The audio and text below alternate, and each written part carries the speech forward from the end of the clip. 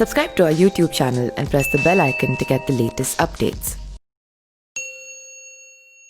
रामायण के वैसे तो कई संस्करण हैं और ज्यादातर में राम कथा को तोड़ मरोड़ कर ही पेश किया गया है।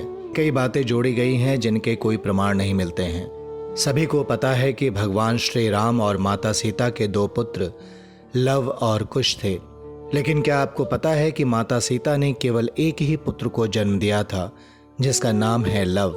दूसरे पुत्र को कुशा द्वारा उत्पन्न किया गया था। जैसा कि हम सभी को पता है, माता सीता ने महर्षि वाल्मीकि के ही आश्रम में अपने पुत्र को जन्म दिया था।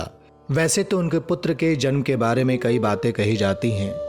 लोक कथाओं में कहा गया है कि माता सीता ने दो पुत्रों को जन्म दिया था, लेकिन महर्षि वाल्मीकि के रामायण में इस बात का कोई उल्लेख नहीं मिलता। कहा जाता है कि माता सीता ने केवल एक ही पुत्र को जन्म दिया था। माता सीता ने केवल लव को जन्म दिया था। सीता माता ज्यादातर समय अपने पुत्र के पालन पोषण में ही लगी रहती थी।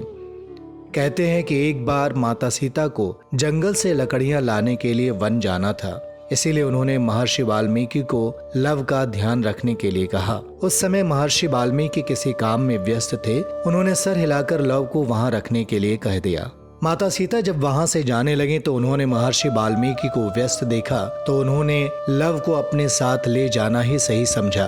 लेकिन लव को ले जाते वक्त महर्षि ने माता सीता को नहीं देखा। थोड़े समय बाद जब महर्षि ने वहां देखा कि लव तो वहां है ही नहीं, इस पर उन्हें लगा कि कहीं लव को कोई जानवर तो अपने साथ नहीं ले गया।